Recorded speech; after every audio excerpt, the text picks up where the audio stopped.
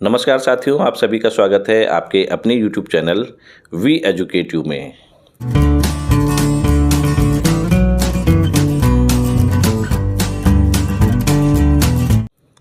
साथियों, आज का वीडियो उन शिक्षक साथियों एवं कर्मचारियों के लिए बहुत ही महत्वपूर्ण होने जा रहा है जिनकी लोकसभा चुनाव में पीठासीन अधिकारी या प्रथम मतदान अधिकारी के रूप में ड्यूटियां लग चुकी हैं और वे वर्तमान समय में प्रशिक्षण प्राप्त कर रहे हैं या उन्होंने प्रशिक्षण प्राप्त कर लिया होगा।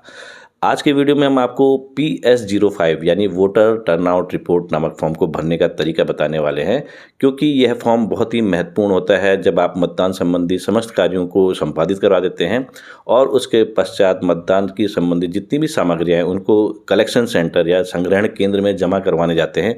तो सबसे पहले आपसे PS05 नामक फॉर्म को ही मांगा जाता है। इसके साथ प्रारूप 17 यानी कि 17C फॉर्म का एक कॉपी भी आपको अटैच करनी होती है। तो यदि इस फॉर्म में थोड़ी सी भी गड़बड़ उनको नज़र आती है तो वो आपके फॉर्म को रिजेक्ट कर लेते हैं, आपका सामान जमा नहीं हो पाता और वो आपको एक नया फॉर्म इश्यू कर देते हैं कि आप इसको यहीं पे सही ढंग से भरिए। तो आप सभी जानते हैं कि जब कलेक्शन सेंटर में हम लोग जाते हैं तो हमें कितनी कठिनाइयों का सामना करना पड़ता है। वहाँ इतनी भीड़ भड़ाका होता है कि बैठने की भी जगह नहीं होती और ऐसी स्थिति में यदि आपको दोबारा से फॉर्म भरने को कहा जाए तो आपके लिए बड़ी दुखदायी स्थिति होगी। तो इस वीडियो के माध्यम से हम आपको इसीलिए PS05 को भरने का सही तरीका बताने वाले हैं। लेकिन उससे पहले हमारा सभी साथियों से निवेदन रहेगा कि वीडियो को देखने के साथ ही साथ इस चैनल को अवश्य सब्सक्राइब कर लें तथा बेल आइकन के ऑल में जाके भी क्लिक करें ताकि आने वाले जितने भी अपकमिंग वीडियोज़ हैं उनकी नोटिफिकेशन आपको सबसे पहले मिल पाए और आप उन महत्वपूर्ण वीडियोज़ का लाभ उठा पाएँ। तो चलिए वीडियो स्टार्ट करते हैं और आपको डायरेक्ट कंप्यूटर स्क्रीन में ले जाते हैं। आपकी स्क्रीन के सामने यह PS05 यानी कि voter turnout report for polling station का एक फॉर्मेट दिया गया है। हो सकता है आपको ये किसी अन्य भाषा में भी मिले, लेकिन सूचनाएं यही मांगी जाएगी। इसमें ए पार्ट में सूचना मांगी जाती है स्टेट का नाम, तो आप अपने राज्य का नाम यहाँ मेंशन कर देंगे। उदाहरण के लिए हमने यहाँ मध्य प्रदेश मेंशन कर दिया है। उसके बाद parliamentary constituency number and name, तो यहाँ उदाहरण के लिए हमने 03 ग्वालियर मेंशन कर दिया है। असेंबली नंबर एंड नेम, तो यहाँ पर भी हम उदाहरण के लिए मेंशन कर देते हैं 19 Dabra. Number and name of polling station, तो पोलिंग बूथ अधिकतर जो प्राइमरी स्कूल होते हैं या माध्यमिक स्कूल होते हैं सरकारी, उन्हीं में बनाए जाते हैं। तो यहाँ पर हमने इसको भी मेंशन कर दिया है 43 गवर्नमेंट प्राइमरी स्कूल XYZ और रूम नंबर जो आपके यहाँ अवेलेबल होगा। डेट ऑफ पोल, तो आपके राज्य में जो भी तिथि निर्धारित होगी पोलिंग की उसको यहाँ पर आप मेंशन कर देंगे। उसके बाद number of EVMs use, control unit कितनी आपको मिली है, तो हम ये मान के चलते हैं हमारे केस में हमें एक कंट्रोल यूनिट मिली है तो उसको हमने यहाँ मेंशन कर दिया। अब उसके निचले पार्ट में आते हैं टोटल नंबर ऑफ इलेक्टर्स, तो जो निर्वाचक नामावली की चिन्हित प्रति होती है उसमें ये मेंशन होता है कि टोटल नंबर ऑफ इलेक्टर्स आपके यहाँ कितने हैं। पुरुषों की संख्या मान लिया कि जो निर्वाचक नियमावली की चिन्हित प्रति है उसके अनुसार 800 है। जो महिलाओं की संख्या, वोटरों की संख्या है वो 850 है।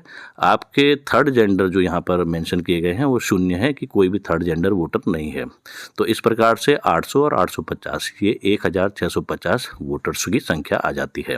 अब यहाँ पर पॉइंट नंबर 2 में पूछा जाता है voter turnout, that is ballot papers votes to be found in EVM as per item of form 16 और 17C conduct of election rule 1961।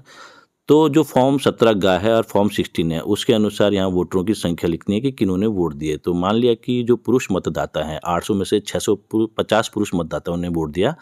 महिला मतदाताओं में चूंकि 850 टोटल महिला मतदाताएं थी, लेकिन उसमें से 750 महिला मतदाताओं ने ही अपनी वोटिंग का प्रयोग किया। थर्ड जेंडर चूंकि हमारे यहाँ 0 है तो उसको हम 0 ही लिख देते हैं। अब यहाँ पर बात आती है कि पुरुष मतदाताओं की वोटिंग परसेंटेज की कि वो किस प्रकार से निकालते हैं। तो इसका सिंपल सा तरीका है, जितने पुरुषों ने वोट दिया उसमें आप 100 की मल्टीप्लाई कर दीजिए और फिर डिवाइड कर दीजिए total numbers of male voters. तो ये 800 मेल वोटर हैं तो हमने 800 का डिवाइड भी कर देना है। तो 650 × 100 डिवाइडेड बाई 800, तो जो voting percentage of male voters की निकल के आएगी वो 81.25% निकल के आ जाएगी।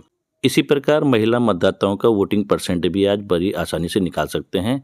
चूँकि टोटल महिला मतदाताओं की संख्या 850 है और कुल 750 महिलाओं ने वोट दिया, तो 750 × 100 डिवाइडेड बाई 850 कर देंगे तो महिलाओं की वोटिंग परसेंटेज निकल के आ जाती है 88.23%। थर्ड जेंडर चूँकि हमारे केस में नहीं है तो यहाँ पर 0 लिख देना है। अब यहाँ पर टोटल कितने वोट पड़े, 650 पुरुषों ने वोट दिया और 750 महिलाओं ने वोट दिया। तो 650 और 750 ये 1400 वोटर्स ने वोट दे दिया, जबकि टोटल नंबर ऑफ वोटर्स कितने थे हमारे पास, 1650। तो जो वोटिंग परसेंटेज है वो कैसे निकालेंगे कि जितने वोटर्स ने वोट दिया उसमें 100 की मल्टीप्लाई कीजिए और उसमें टोटल नंबर ऑफ वोटर्स का डिवाइड कर दीजिए, जैसे कि 1400 इंटू 100 डिवाइडेड बाई 1650। तो जो वोटिंग परसेंटेज निकल के आ जाएगी वो 84.84% आ जाएगी। तो इसको हमने यहाँ पर मेंशन कर देना है। अब यहाँ पर जो सबसे अंतिम पॉइंट है, number of tender ballot paper. इस पार्ट का जो सबसे अंतिम पॉइंट है कि यदि आपके पोलिंग बूथ में निविदत मतपत्र यानी कि टेंडर बैलेट पेपर के माध्यम से वोट दिए गए हैं तो उनकी संख्या आप मेंशन कर सकते हैं। हमारे केस में हम ये मान के चलते हैं कि हमारे पोलिंग बूथ में कोई भी टेंडर बैलेट पेपर से वोटिंग नहीं हुई है, तो इसको हमने नील लिख दिया। अब इसके निचले पार्ट में आते हैं कि कितने वोटर्स ऐसे हैं जिन्होंने ईपिक कार्ड की सहायता से वोट दिए, जो कि फॉर्म 17 का में मेंशन है। तो मान लिया कि इनकी संख्या 1100 है, तो इसको हमने यहाँ पर 1100 लिख दिया। और कितने वोटर्स ऐसे हैं जिन्होंने विदाउट ईपिक कार्ड की सहायता से वोट दिए, यानी कि जो भारत निर्वाचन आयोग के द्वारा दस्तावेज निर्धारित किए गए हैं ईपिक कार्ड के अलावा जो वैलिड दस्तावेज है पहचान के लिए, मान लिया कि वो 300 वोटर्स थे, तो हमने यहाँ पर 300 मेंशन कर दिया है। तो टोटल वोटर्स 400 थे, जिनमें 1100 ने ईपिक कार्ड की सहायता से वोट दिए, बाकियों ने अन्य दस्तावेजों की सहायता से वोट दिए 300 वोटर्स ने। अंत में डिक्लेरेशन हो जाता है और प्रिजाइडिंग ऑफिसर अपने सिग्नेचर कर देंगे, डेट और टाइम भी डाल देंगे। तो इस प्रकार आप बड़ी ही आसानी से इस फॉर्म PS05 को भर सकते हैं, लेकिन हमने पहले ही बताया इसको भरते समय बड़ी ही सावधानी आपको बरतनी होगी।